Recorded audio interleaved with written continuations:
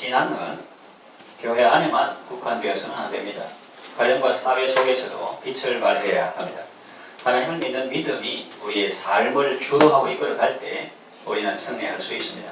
본문에는 유다왕 아마샤의 이야기가 기록되어 있습니다. 그는 하나님을 의지할 때 승리했습니다. 그러나 하나님을 의지하지 않을 때 패망했습니다. 이제 하나님께서 그를 통하여서 우리에게 주시는 교훈이 무엇인지 살펴보면서 함께 하나님의 은혜를 받겠습니다. 첫째로 사람을 의지할 때 경고를 받았습니다. 아마샤에 대한 성경의 평가는 무엇입니까? 2절에 보면 나옵니다. 아마샤가 여호와 보시기에 정직히 행하기는 하였으나 온전한 마음으로 행하지 아니하였더라 합니다. 뭔가 잘 나가다가 옆으로 빠져버리는 느낌입니다. 그는 하나님을 의지한다고 하면서도 인간적인 수단 방법을 썼던 것 같습니다. 그는 유다 사람들을 모으고 군대를 전개했습니다. 천부장과 백부장을 세웠습니다. 백성들 중에서 20세 이상 되고 창과 방패를 잡고 능히 전장에 나갈 용사들을 모았는데 30만 명이나 되었습니다. 그래도 불안했던지 용병을 고용했습니다. 은 100달란트를 주고 이스라엘 나라에서 큰 용사 10만 명을 고용했습니다. 그때 얻은 하나님의 사람이 아마샤에게 나와서 말했습니다. 왕이여, 이스라엘 군대를 왕과 함께 가게 하지 마옵소서. 여호와께서는 이스라엘 곧 온 에브라임 자손과 함께 하지 아니하시나니 왕이 만일 가시거든 힘써 싸우소서. 하나님이 왕을 적군 앞에 엎드러지게 하시리이다. 하나님은 능히 돕기도 하시고 패하기도 하십니다. 그랬습니다. 하나님은 이스라엘 군대와 함께 하지 아니하신다고 말합니다. 일국의 왕이 다른 나라와 전쟁할 때 용병을 고용하는 것 자체는 잘못이라 하기 어렵습니다. 문제는 그가 그렇게 할 때 하나님께 묻지 않았다는 것입니다. 만약 물었다면 하나님께서 말씀해 주셨을 텐데 묻지 않고 독단적으로 행동하니까 하나님의 사람이 와서 일을 깨워주는 것입니다. 그렇다면 아마샤가 용병을 고용한 것은 하나님을 온전히 신뢰하지 않은 데서 나온 행동이었음을 알 수 있습니다. 우리도 이 세상을 살아갈 때 아마샤처럼 행동할 때가 있습니다. 하나님을 믿는다고 하면서 온전히 신뢰하지 못하고 다른 수단이나 방법을 강구하는 것입니다. 그러면서 말은 잘합니다. 이렇게 말합니다. 사람이 맨날 믿음 한다고 되나? 사람이 할 일은 사람이 해야지.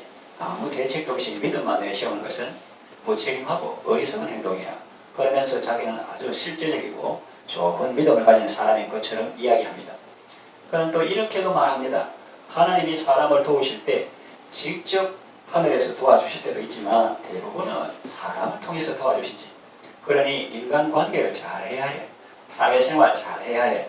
그러면서 은근히 사람을 의지하도록 유도합니다. 하나님이 사람을 도우실 때 사람들을 통해서 도와주신다는 말도 맞고 인간관계를 잘 맺어야 한다는 말도 맞습니다. 그러나 그런 행동이 하나님을 온전히 신뢰하지 못한 데서 나온 행동이라면 제거해 봐야 합니다. 제거해서 믿음의 결과로 나온 행동이라면 괜찮겠지만 그렇지 않고 하나님을 온전히 신뢰하지 못한 데서 나온 행동이라면 회개하고 하나님을 온전히 의지해야 합니다.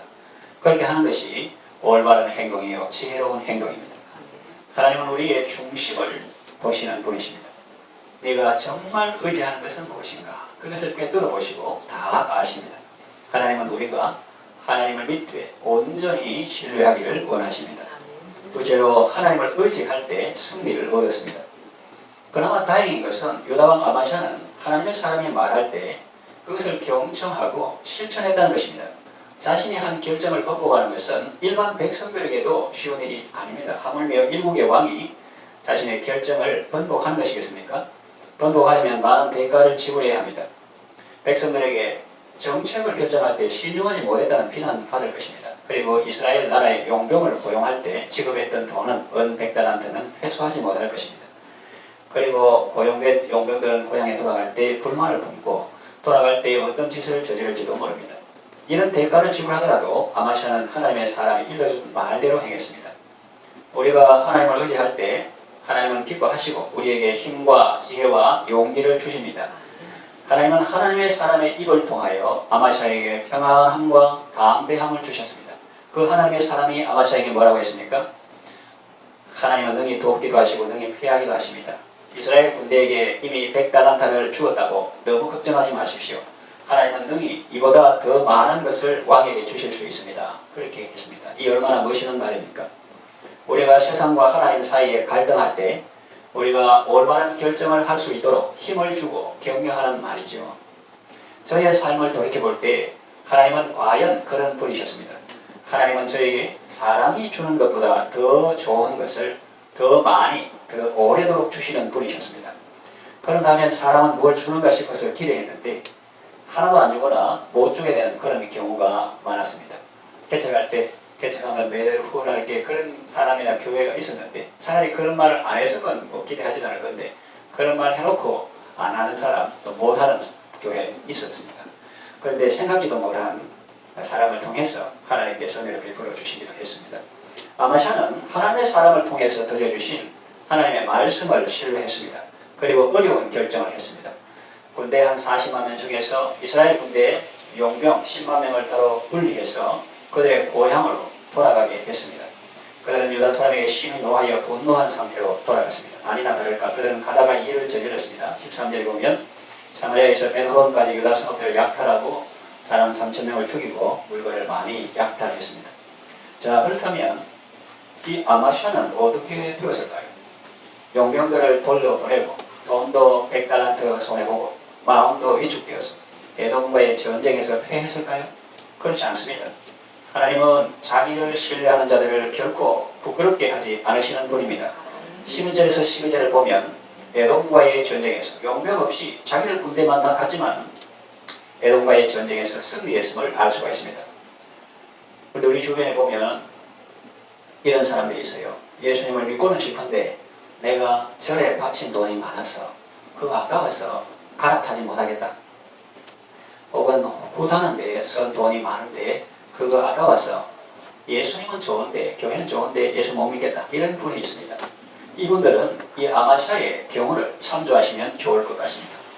돈보다 더 중요한 것은 사람의 생명입니다. 그리고 하나님은 내가 예수 믿는 것 때문에 포기한 것보다 더 좋은 것을 능히 주실 수 있는 분이십니다.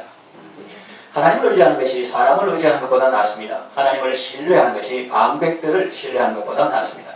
아마샤는 군대의 많음과 군사들의 강함보다 하나님을 더욱 신뢰했습니다. 그럴 때 하나님께서 그를 구원해 주시고 승리하게 하셨습니다. 여러분들도 세상의 어떤 조건이나 환경보다 하나님을 더 의지하셔서 구원받고 승리하시기를 바랍니다. 실제로 교만할 때 패망했습니다. 한 번 승리하기는 쉬우나 그 승리를 지속적으로 하기는 어렵다 하는 말이 있습니다. 아마샤가 바로 그런 경우에 속해서 보기 안타깝습니다. 그의 교만은 승리하고 한참 후에 온 것이 아닙니다. 승리 직후에 찾아왔습니다. 사탄 마귀는 우리에게 쉴 틈을 주지 않고 공격합니다. 14절에 보면 아마샤가 에돔 사람들을 죽이고 돌아올 때, 즉 전쟁에 승리하고 돌아올 때 세일 자손의 신들을 가져와서 자기의 신으로 세우고 그것들 앞에 경배하며 분향한지라 그랬어요. 이 무슨 말입니까? 전쟁에 승리하게 하신 분이 누군데 이렇게 보답하는 것입니까? 에돔 사람들이 전쟁에 패했는데 왜 그들의 신들을 가져와서 자기 신으로 세우고 그것들 앞에 경배하며 분향하는 것입니까? 사람이 이렇게 어리석고 미련할 수 있습니까?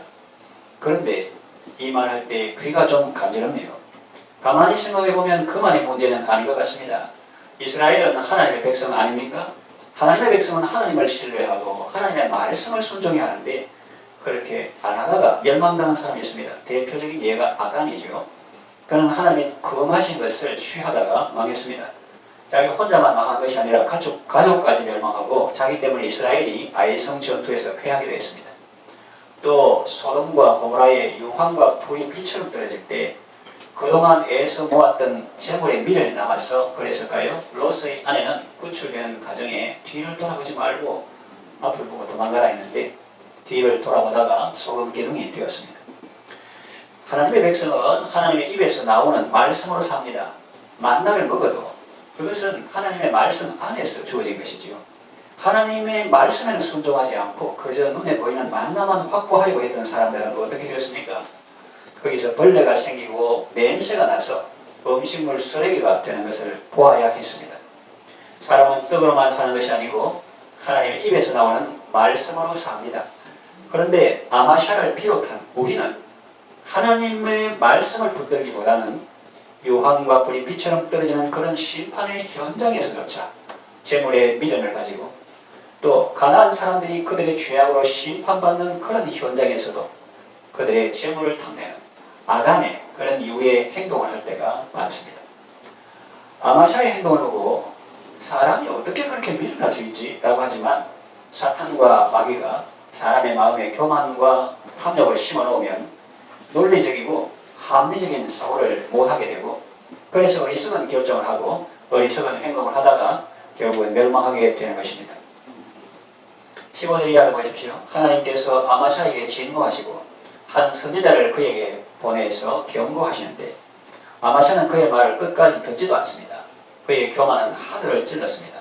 요즘 표현으로 말하면 목사님이 하나님의 말씀을 전하는데 뭐라고 하느냐면 설교 그만해라, 안 그러면 처맞는다 라고 말한 것과 같습니다. 교만했던 아마샤는 이스라엘 왕 요아스에게 싸움을 겁니다. 이제 에돔도 이겼으니 북이스라엘 저것도 내가 싸워 이겨야지. 이스라엘 왕 요아스에게 싸움을 겁니다. 오죽하면 이스라엘 왕 요아스가 그에게 너 자꾸 그렇게 하면 망한다 라고 경고까지 했습니까? 이 가시나무가 백향목한테 편집을 해가 이 딸을 내 아들의 아내가 되게 해라 하니까 가시나무들이 짓밟았다, 이런 절짐승들이 짓밟았다, 이런 예화도 들면서 너 우쭐하고 교만하고 감히 내한테 싸움을 거는데 빨리 포기해. 그러면 안 그러면 너 망한다. 그렇게 경고까지 했습니다. 그런데도 아마샤는 그 경고를 무시하고 전쟁을 강행했습니다. 그러다가 결국은 패망하고 말았습니다. 성벽에 흘리고 보물 다 빼앗기고 사람들 볼모로 잡혀갔습니다. 27절에 보면 아마샤의 비참한 최후가 나옵니다. 역사학자가 성경 기록한 사람이 기록하기를 아마샤가 하나님을 버린 후로부터 예루살렘에서 무리가 그를 반역해서 그가 라기스로 도망했는데, 그러니까 유명한 말이 나오는 거예요. 엎드리는 사람 밑에 엎드리는 사람이 있다. 그 지도자가 하나님께 엎드리고 하나님을 경외할 때 그 백성들도 하나님을 경외하는데, 지도자가 하나님을 반역하고 우상을 섬기니까 밑에 사람도 반역하는 거예요. 그래가지고 라기스로 도망갔는데 반역한 무리가 사람을 라기스로 따라보내어 그를 거기서 죽였습니다. 교만은 패망의 성공이라는 말 그대로 그는 교만하다가 패망하고 말았습니다. 이제 말씀을 정리하며 마치려고 합니다. 하나님을 의지한다고 하면서 말로는 하나님을 의지한다 하면서 실제로는 사람을 의지하고 어떤 조건이나 환경을 더 의지하고 있지는 않습니까? 하나님의 말씀 안에 거하기보다 말씀은 눈에 안 보이는 거고 눈에 보이는 그런 재물이나 인기, 명예 안에 거하는 것을 더 안전하게 여기고 있지는 않습니까? 그렇다면 자신을 돌아보고 회개해야 합니다. 어떤 손해를 보더라도 하나님을 온전히 신뢰하는 쪽을 택하십시오. 하나님은 그 손해보다 더 큰 것을 능히 주실 수 있는 분이십니다.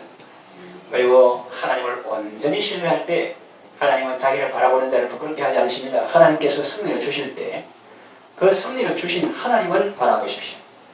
하나님께서 멸하신 것들을 탐내거나 취하지 마시고 그것보다 훨씬 더 좋은 것을 주시는 하나님을 바라보고 하나님을 의지하십시오. 언제나 하나님을 높이고 하나님께 영광 돌리는 삶을 사십시오.